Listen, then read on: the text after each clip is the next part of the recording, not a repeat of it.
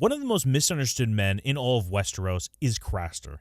And if you actually look closer at his so-called crimes, you actually might reconsider your initial judgments and understand the great character George created beyond the wall. Dude, it's true. Craster of Craster's Keep is actually a super tragic character, and he's a lot more interesting and deep than I think people give him credit for. They like to throw him to the side because of these few kind of telegraph critiques you can make of him from the very few scenes we see of him on screen, but there's a lot more to him. Before we get started, though, let us know in the comments what you guys think of Craster now, and do us a favor. After this video is done, tell us what you think of Craster now after learning the truth about him. And for all of our regular watchers, this is a Craster video, and we've been wanting to make it for a long time, but this is not the Craster video. That will still be coming later on.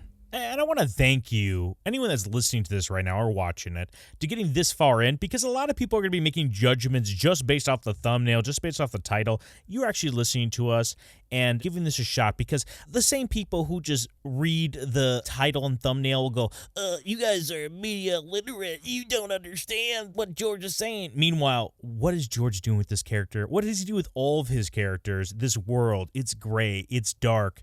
And they just want to, for some reason, pigeonhole old poor Craster beyond the wall in his, cozy little keep because they're just jealous of his grind set. But we're going to get into it. Let's go with the first crime that I think they wager against him. It might be the lowest, if you want to say the rap sheet of charges against him.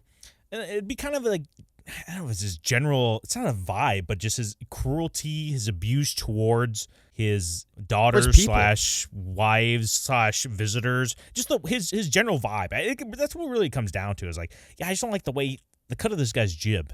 He gives me the ick. Craster gives me the ick.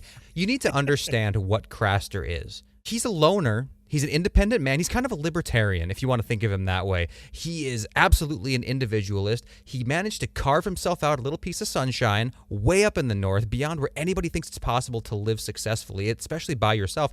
He's raised in a single mother household. Okay? He's raised in a single mother household. His dad was allegedly a member of the Night's Watch. We don't even know his name. The mother was just probably a wildling. She got impregnated. She had Craster. Again, beyond the wall. Right. What kind of a life must that have been for him growing up? There's no way that he was set up for success. He had to be at the very bottom of any kind of social totem pole. In fact, I doubt anybody even knew he existed. Like, I don't think that his mom and him, I don't think him and his mother were in any way intermingling with other free folk or with the Night's Watch. There's a story of his mother trying to approach the Night's Watch with like, hey, can you give me a hand with this kid? He's kind of the son of one of your guys. Non-verbally, probably, just like, ooh, like making faces like this guy's. Yeah, they're just like, ew. And then they kicked her back, right? Rightfully so. Shoot an arrow in her chest. Well, maybe that happened. And then Craster had to basically raise himself. He taught himself the common tongue. Made man, basically, right? But, absolutely. You were saying all of these hardships he has on him, and at no point you even mentioned probably the worst one of it all is just the environment up there, right? It's a very Game of Thrones or the Westeros world at this period in time in this fictional environment is a cruel world in and itself, let alone beyond the wall. Like, it's just another level. It's like he's playing this game on extreme difficulty, and people are like, he's not very nice to people around him. I wish he would just smile more. Why don't you smile more, Craster? It's like, yeah, well, dude, he has to be that way. If he's not, it's a cutthroat world. Dude, the civilized, populated world that we know is cutthroat. What do you think it's like beyond the wall? If anybody shows up to your place that's unfamiliar to you, which is going to be anybody in this situation, you have to treat them with like severe scrutiny and severe suspicion. Otherwise, they're going to take all of your shit and run, or probably take all of your shit and just live there. I mean, think about what he'd be walking into. If thinking about Craster in the era that we're familiar with him in, somebody walks into his place or they come across his place, they find the only stronghold, dude, Craster's Keep. Craster's Keep in the middle of nowhere. It's got a warm fire in there. It's got food. It's got drink. And it's got, I don't know how many daughters he has, but I think it goes without saying they have perfect genetics. Like, these are specimens. These are absolute specimens. They are bred for multiple generations for nothing else but to be further bred. You know what that means, right? I mean, they're dimes. They have to be. So, yes, you're going to be very protective of this environment. You're not going to take anybody or give anybody any generosity because Lord knows they just want to take what you have. It's funny you said the whole, they're bred to be bred, right? Yeah, like yes. that makes sense because a lot of the genetic pool is probably heavily or heavenly, Oh, heavily it is distributed heavenly. heavily distributed to that side. We always talk about like the skill octagon kind of traits, right? Yes. And I feel like it's being pulled in one direction, leaving other areas severely hindered, which is For sure. probably intelligence, common sense. I'm trying to think of other kind of attributes that would equate to that, but Craster basically has to deal with women that aren't all there, and he has to keep them in line. And they only, kind of like with dogs for the most part, you have to train them, and you might have to be a little rough with them. You might have to just yell at them every once in a while. Stop doing that. So this cruelty and abuse, he's really just trying to keep a tight ship together. Like, I say tight ship is like the metaphorical thing, but if you actually equate it to a ship itself, it's like, yeah, if I have like a happy-go-lucky ship, there's a possibility everybody dies, right? I can't just let that possibility even be a small percentage. It has to be minuscule. It can't even be like, oh, yeah, it's a 10% chance. It has to be like almost zero, right? So Craster's doing that up at the wall with his bimbos up there, basically. Absolutely. And by the way, too, we're talking about this, and you might be thinking like, okay, yeah, sure, he's keeping this tight ship to keep his little piece of land, but he's still like a piece of shit asshole guy who just is in it for himself. No, I don't think that's the case. And we're going to go into this much later on, but he has to keep his ship super tight. Otherwise, what really happens is he'll risk upheaving this like one-man operation that's keeping all of humanity safe. You can say it's a byproduct, but I don't think it is. So yeah, we'll go into that. But so we're kind of going into it a little bit here, which is the way he deals with his resources and how he kind of, the Night's Watch comes by. They have this little bit of exchange of, hey, you scratch my back, I scratch yours. Even when he gets something from the Night's Watch, he's always like, what is this? Is this tempered steel? What is this? Like, I've seen better. It's like, come on, dude. I understand people's attitude, but at the same time, if he's not that way, he just accepts every gift, like open mouth, on his knees. They'll walk all over him. Yeah, people would walk over him. So, and with the resources, look where he's at. It's not like he lives in the Reach or anything. I know. He does not have anything to start with, and he still managed to keep this up. We talk about it. It's kind of one of the underlying themes of Craster in general, is that he makes the most out of what he has, which is almost nothing. Can you imagine if this guy was in the Reach, what he'd have? Dude, Littlefinger's like Rise would be nothing compared to this guy, okay? It would be absolutely nothing compared to this guy. The High Tower would be living in the shadow of Craster's Keep. Yeah, dude, absolutely, it would. There's no chance it wouldn't be. When you talk about the Night's Watch coming through, this is another chief complaint that people have, that he's especially cruel to the Night's Watch, and he betrays them, quote unquote. He betrays them. He doesn't give them what they deserve, et cetera, et cetera. He has to behave this way. Because if he comes off weak whatsoever, these are not just like good guys coming through. It's not like I don't know about the gold cloaks. Like, I don't know how good the gold cloaks really are, but like the Kingsguard, or let's just say there's some other roaming band of noble warriors that would never exist in Westeros, because like we said, these are gray characters. It's a gray universe. But let's just pretend like it was. That doesn't exist. The Night's Watch wouldn't be them, okay? The Night's Watch wouldn't be them. These are criminals that are coming through here, and you cannot show specifically that type of person weakness. They come to you wanting information. They come to you wanting resources. You give them the absolute bare minimum that you can get away with. Otherwise, you're going to be left with nothing.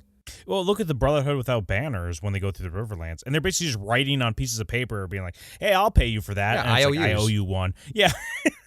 So what? I'm going to starve. Winter's coming. The Starks say it every 10 seconds. And I'm going to die. I'm going to die because I just have a piece of paper and I don't have actually gold to trade currency with. Yeah, Craster would spit in the Brotherhood without banners face and he'd be better for it. I mean, like, you give a mouse a cookie, basically, right? It's like, oh, yeah, if people just come by and say I'm starving, is that just the password now? Like, you just have to come up and be, I'm going to starve. I'm going to die. Please, you have to help me. Okay, cool. You get all my resources, or at least enough to live. And then you come back every however so often, right? Yeah, he doesn't owe you anything. And it's, from an outward perspective, too, like, it's really disgusting now watching Game of Thrones, or reading the book, too. But, like, watching it is especially like bad because you can see like this judgmental ass look on Jon Snow's face, like judging this guy's lifestyle without knowing anything about it, not knowing that he is literally the barrier, the dam that is keeping the end of humanity from bursting, right? Oh, yeah. He has no idea. Mm-hmm. They just make these judgments. And then it goes even farther where the Night's Watch actually kills Craster. It's a little bit different between the book and the show, but because he's holding back. He's not giving them enough. It's like, you guys would be nowhere without him. You'd be making no forward progress beyond the wall, virtually none. Virtually none. You'd have no intel whatsoever. You're lucky he gives you anything. He's just a man trying to live his life, and your little band of misfits comes through and savages him. I really feel bad. I feel horrible for him, and they kind of deserve everything they got. Craster is like the equivalent of a High Lord up there, right? Like, where would he be in Westeros down below, the wall? Like an equivalent. I don't know if he's like a warden, because I feel like Mance Rayder for sure is the king, right, beyond the wall. Yeah, I think it's too far. Yeah, it's true. I think it's too far to like call him. Craster on the Iron Throne, right? I'd love that. Like, it's a funny joke, right? But in reality, dude, like the Lord of Harrenhal or something like that, like a big like kind of dark, desolate castle. It's like too big to fill almost, and it's super fortified. That's where I see Craster, man. I'd put him in Harrenhal. Yeah, right. None of his daughters, man. Yeah, apparently, Craster. He'll fill it. Give him something to fill, and he will. None are too big. Yes. So, his attitude towards the Night's Watch is justified, too, right? One, they don't treat him with respect. They think of him as this disgusting man who clearly... I don't know if anyone really appreciates, like, the architecture this guy has, that he's able to build all this. How did he build this? Probably himself. Isn't that not impressive in itself? Like, even if you just thought, like, oh, this guy is one of the worst guys ever... Like, he killed all these people. Just imagine the most horrific man in the world.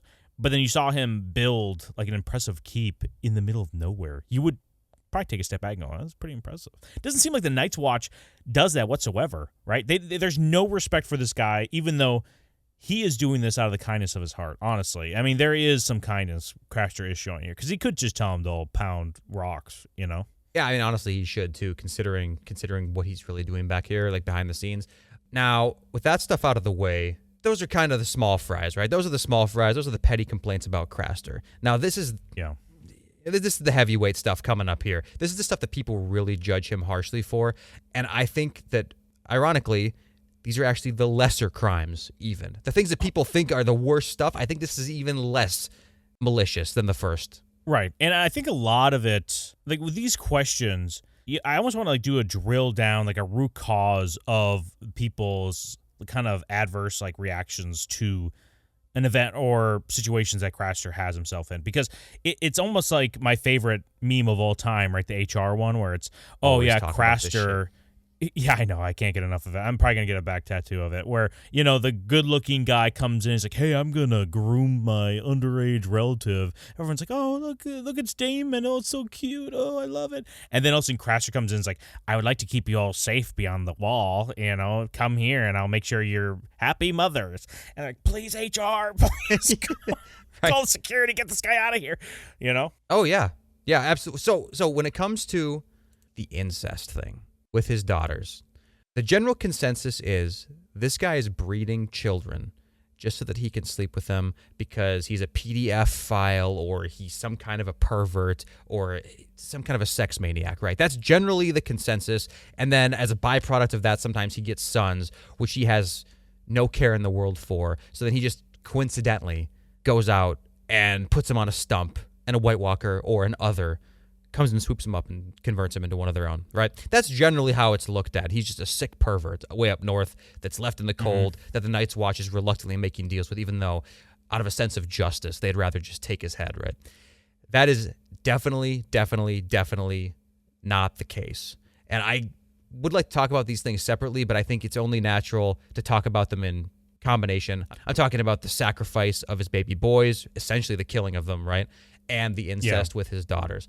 I don't think that the order of operations is correct when people talk about this stuff. I don't think that he's having sex with these women so that he can give birth to more women to have sex with. I don't think that's it. It makes no sense. That's like such a dead-end grind set to have, especially when it comes to somebody like this who spent so much effort building themselves up to a certain point, and then they just go stagnant? No, that doesn't make any sense. Yeah. What I think is happening, and what I think is obviously happening, and I think anybody that after hearing this would be fools to not think, and you honestly should have thought of it already, Craster is well aware that the White Walkers exist and the others exist, and he's well aware that they need human sacrifices or baby boys to get more of them. And I don't think it's a coincidence that as soon as Craster dies, that's when the White Walkers start getting more aggressive and advancing on the free folk and the wall. Obviously, Craster is the dam holding them back, and as long as he keeps providing babies, the White Walkers are satisfied and they will not progress on humanity anymore. They can't reproduce. They have to have these donations in order to keep their own race going. That's what's happening here. So when he dies, it's like, if anybody's seen Gurren Lagann, that anime, right? It's like killing Lord Genome. He's the guy. You think he's the villain because he's oppressing everybody underground. But as soon as he dies, you guys are like, you guys are fucking retards, man. I'm up here feigning this oppressive thing because out in space, there's like a whole universe of villains that if they detect that there's humans on the surface here, they're going to come and kill you all. That's the kind of thing that we're talking about. It's interesting, too. This is if people want to call this as like your theory of events within Game of Thrones or within Westeros, Song of Ice and Fire series, it's just as well-founded as the other theory that Craster only does this to weed out the strong men that might be coming into his home, or he's only doing this for some sick thrills. Because where, again, like the Mountain Did Nothing Wrong video, where do we have the great Craster explicitly stating, this is why I'm doing this. I'm going to do it for this reason. You're trying to connect the dots in all of this, and you have bad actors placing those dots very close to one another, so that way, inherently, it's drawing a picture of Craster being a bad guy, when he actually, like you just stated before, Gator, that he might actually be, the greatest deal maker of all time, which we would need to have an Art of the Deal. If there's an Art of the Deal within Westeros, it has to be written by Craster, right?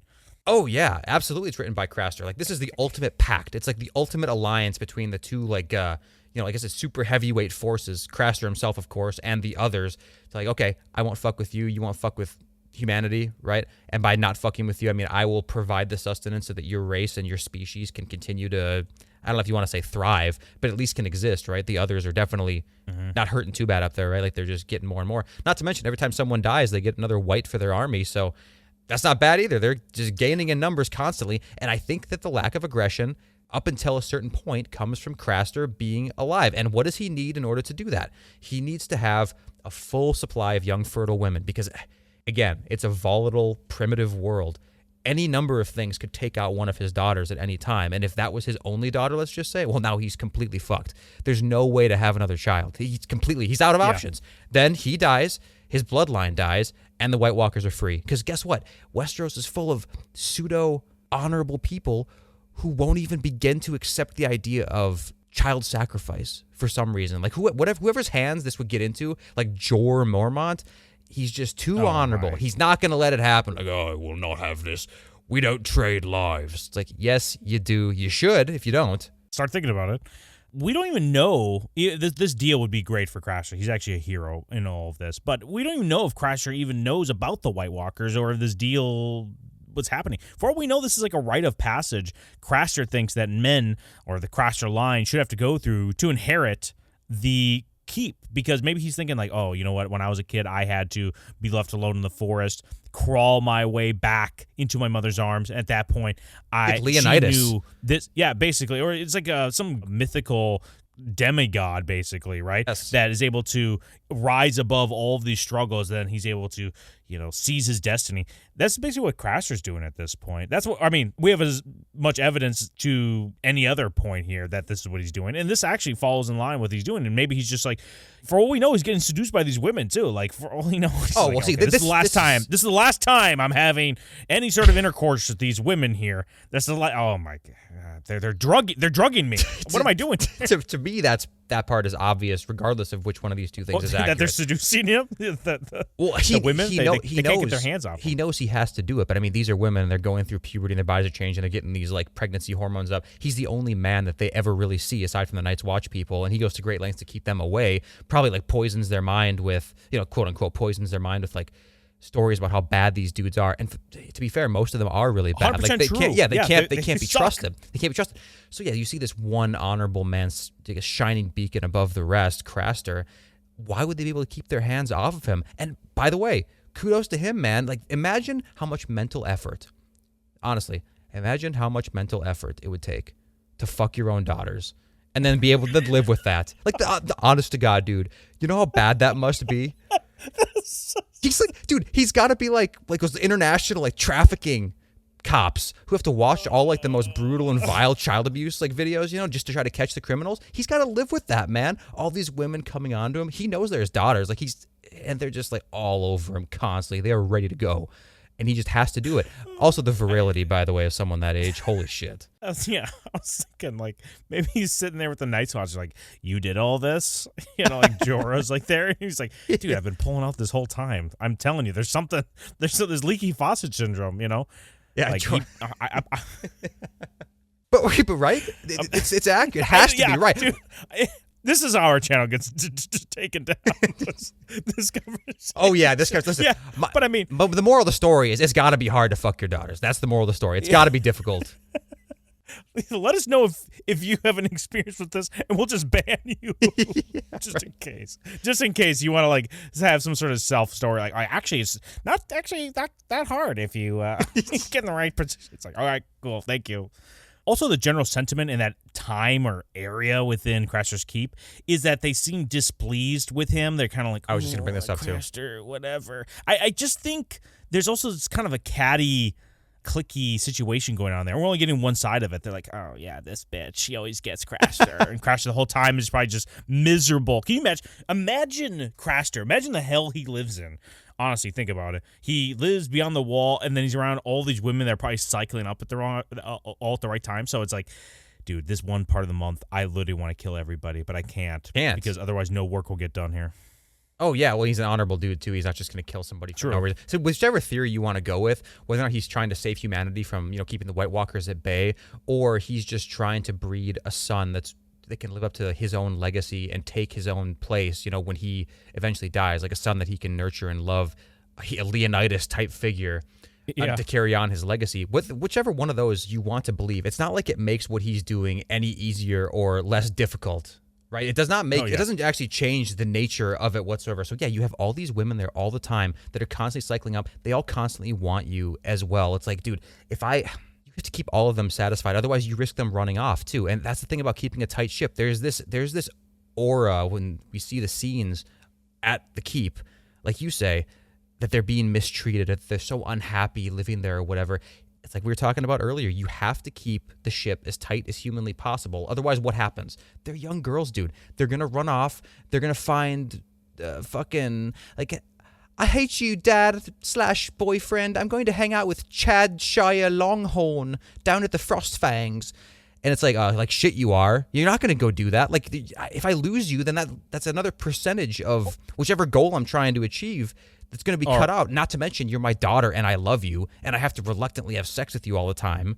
Like, yeah. Or she comes back with, the guy from Johnny from whatever, the Longhorn area. What'd you say, Frostfang, whatever? I don't remember what area you I said Chad Shire Longhorn. I don't know, some Chad, right? Chad Longdick, anyway, right? Chad Longdick. She's like, oh, Daddy, I brought Chad Longdick back. I hope we can just have a happy family. He's like, no, we're not doing this. Yes. We're not there's no negotiating here. We run a tight ship.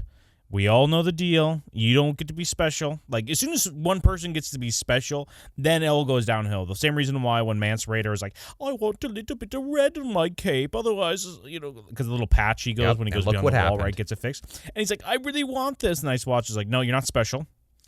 We're all black here. I mean, I don't think this is news to anybody. So go fix it or, we're going to fuck you up. And he's like, I'll just leave. So... yeah, it's just like that. Yeah, you can't do that. You can't have insubordination just festers and it spreads so fast that you really just gotta, nip it in the bud. Absolutely, nip it in the bud before it becomes an issue. And I also want to address Gilly because I think she does truly hate Craster.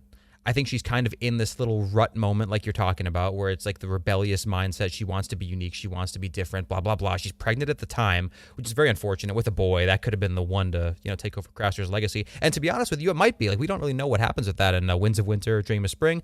It might be the story of Craster's legacy living on. That's what I have my fingers crossed for, right? Yes. But if we also look at Gilly, at least TV show version, I think she is notably kind of derpy and not that good looking. So something tells me Craster, despite, it's not for a lack of trying on Gilly's part, I don't think Craster gave her nearly as much attention as the other girls, probably because he didn't see her as like the top specimen with the potential to produce a son that would either one, satisfy the White Walkers or two, grow up to be the man that could finally take over his legacy. And I think that's why she ended up running off. I just didn't want people to say, oh, what about Gilly? She's so reliable and says he's horrible. It's like, yeah, but I think she's just fucking bitter in a way that only a girl who got bumped and dumped, you know what I mean? Like, it was a one-time thing between Craster and her. And if you're Craster too, it's like, do I really want to keep tapping this, vein here?